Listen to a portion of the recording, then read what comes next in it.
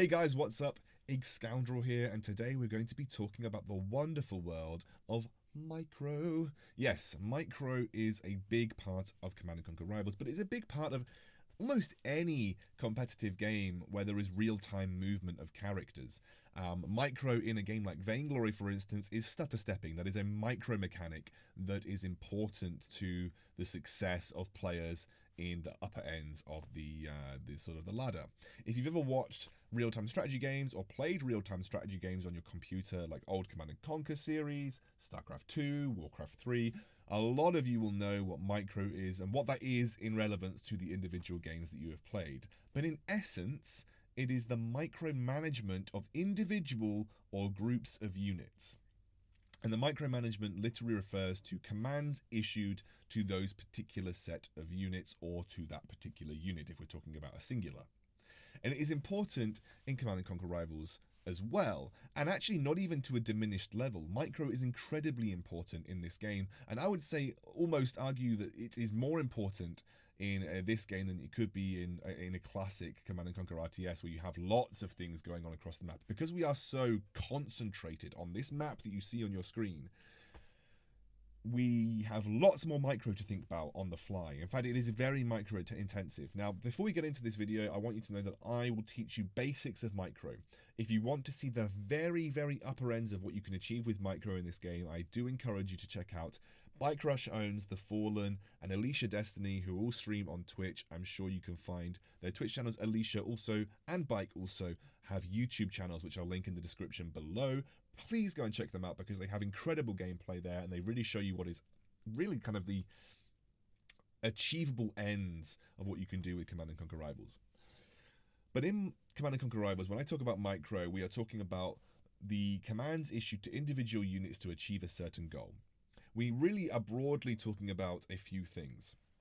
We're talking about body blocking and movement of units to block pathing, so changing the course of your opponent's pathing with micro of your own units. We're talking about microing in and out of counter range in the sense that if you have got a shockwave trooper and you're being chased by a venom, you're going to want to micro that shockwave trooper away whilst microing in something like your pit bulls or your missile squad to try and deal with the venom.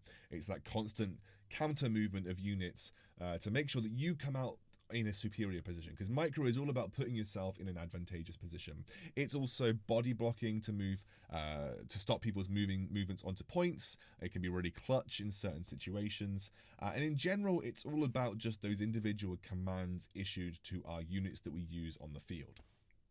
So I'm going to go through a replay that I had today, which I think actually showed a good spread of some basic micros so you guys can get to grips with it. It is not something that you're going to watch this video and go away and become a micro god. It takes a lot of practice, and actually as you climb the ranks, a lot of it will come quite naturally to you. It's all about just knowing those counter matchups and knowing where and when to move your units away. It will come naturally, but this will just help you think about it a little bit more and think about certain things. So in this video, we're going to cover the movement of units in a micro fashion, moving in and out of counter ranges, movement of harvesters. We're going to talk about a little bit of body blocking and path alteration. And hopefully this will cover some basic topics that you can go away and try and practice yourself. Especially, I want you to focus on body blocking on on missile points. I also want you to focus on microing in and out of counter ranges. Those are some really basic ones that I think will help you a lot in certain situations. I want to just also let you know that this video has got a matchup between myself and a guy called Banana Force, who is in Tiberium Shores. I met him on ladder. I'm also in Tiberium Shores. So not Tiberium Shores, Terminus Shores. We're both in Terminus Shores, and I do want you to know that he is significantly below me in levels, so there is a level advantage here, quite a significant level advantage here for me. So just before we get in, you need to know that. So, I'm going to pause it every so often to talk about certain instances where we're going to be looking at micro. I'll also talk about some general game decisions, as I do with all of my replay analysis, to help you maybe think about the games the way I think about them, because they do often help me. Today I went 10-1 when I was doing my bounty, so I had a really good day, and actually running a cool deck, which I have shown on the screen if you're interested. I have never used the APC realistically before, but found a deck that I really liked the APC in and actually managed to use it. So what I'm doing here is, instead of leaving my war dogs on the, before I just get into the next point, instead of leaving my war dogs on the platform to fight his war dogs, that is a wet noodle fight. It will never go anywhere and it's almost pointless.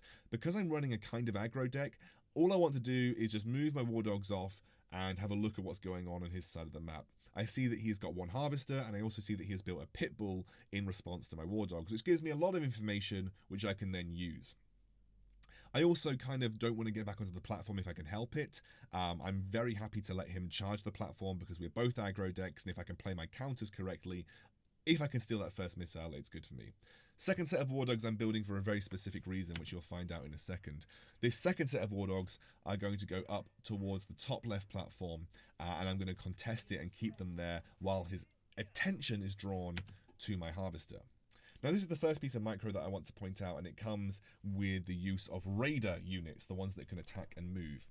When you have a raider unit like the Pitbull, the Predator, the Scorpion tank, anything like that, they have that unique position where they're allowed to attack and move at the same time, making them perfect units to kite and micro with.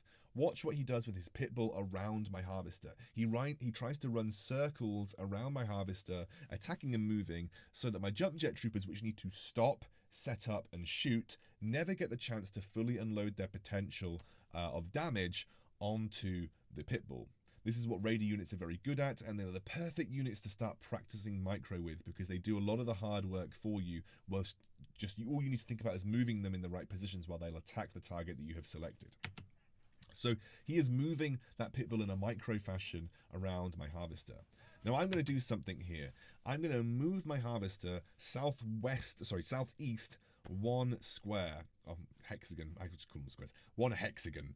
I'm going to move it southeast one hexagon. The reason I do this is because when I'm having my harvester aggressed, I want to limit the areas that he can access my harvester. I mean, if I have a counter ready and prepared, I can put it in a position where he has to either attack my harvester or essentially not, because my counters will be there. So I'm moving it southeast once. This is going to allow it to have 3 protected tiles and 3 exposed tiles. The 3 exposed tiles will be on the northwest side, and the 3 protected tiles are on the southeast side. I am then going to position my shockwave trooper in the middle, my jump jet troopers in the middle, so that his pit bulls then can only slot into the hexagons on either side, meaning that they will have to get attacked by the jump jets if they want to go for the harvester. And I know I haven't explained it incredibly well, but I just want to set it up so when I show you what happens, it makes a little bit more sense. And you'll see I've only let 2 tiles be open next to my harvester, making it very easy for my jump jet troopers to clean that up. You can see my war dogs on the top left of the platform are there contesting the back platform for him, which he neglected because he was aggressing onto my harvester. And they actually have provided a massive boon for me, because essentially that's allowed me to take this first missile for free, because again, he spent a lot of time aggressing my harvester early on, didn't have enough time to focus on the missile platforms, and that's allowed me to get the first missile. Now I want to show you the micro around the aggression onto his harvester. Now he does a good thing about moving his harvester away, and you may notice that I have positioned my war dogs next to my jump jet troopers on the left hand side of your screen. That is for 2 reasons. A, they are body blocking the jump jet troopers, which means there is not a direct line of access to the jump jet troopers. You're going to have to walk around the war dogs, giving me a little bit more time. Secondly, they are good at blocking the counter to jump jet troopers which he has, which is the shockwave troopers. So it's going to be very difficult for the shockwave troopers to get through the war dogs. They'll have to either walk around them, and that actually makes it safer for my jump jet troopers to do their work. When you go aggressive onto an enemy harvester, it's good to do it in a unified pair of units. That is to say that you always want the units to complement each other in terms of protection. If you're running jump jets into his harvester, you're going to want something that is good versus something like shockwaves or anti-infantry units, because you want to protect them for as long as possible. So you'll notice that all I'm doing is I'm just moving my jump jets back and forth. I don't want to get into shooting range of his shockwave troopers for long, so I'm moving them back and forth. That is microing in and out of the counter range, and I'm going to push them back towards that Tiberium field when his harvester comes back to show its face.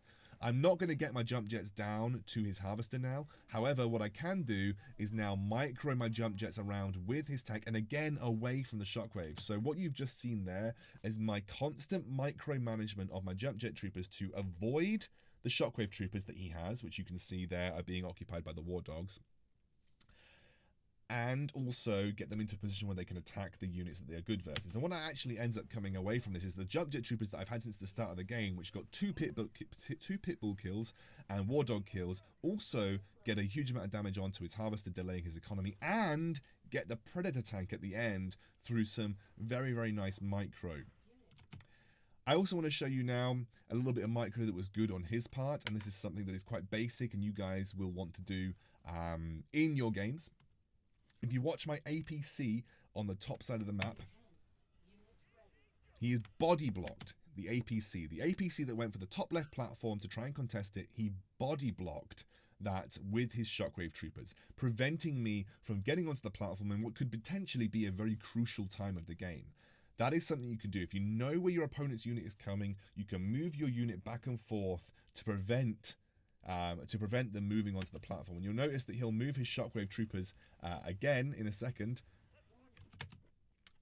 Before I get there, just realize that we have another little bit of micro coming up here. Watch my jump jet troopers when the ion cannon's coming down. This is just microing the jump jet troopers a single space away very quickly to avoid getting damaged by the ion cannon. And if you face against General Solomons, this is something that you will want to do, especially with your quicker units. And you'll see move out and then back in onto the platform, safe and sound.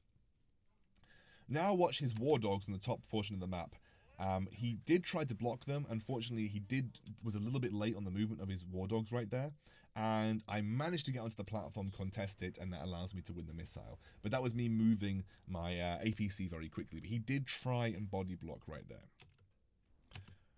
So that was a very brief overview of what micro is in the broad strokes. You can actually do a lot with micro in Command & Conquer Rivals, and I'll try and find the time to go through a little bit more in-depth tutorials. But again, I would recommend checking out the YouTube channels that I mentioned, and also their Twitch streams, because they are very good players and they illustrate what you can do with micro in this game, the full capabilities of it. But really, I hope I covered the very basic essences. It's all about that movement of units to just give yourself the best advantage on the map. And that, when people talk about micro, that's essentially what it is. Right, guys, thank you very much. I'll see you soon.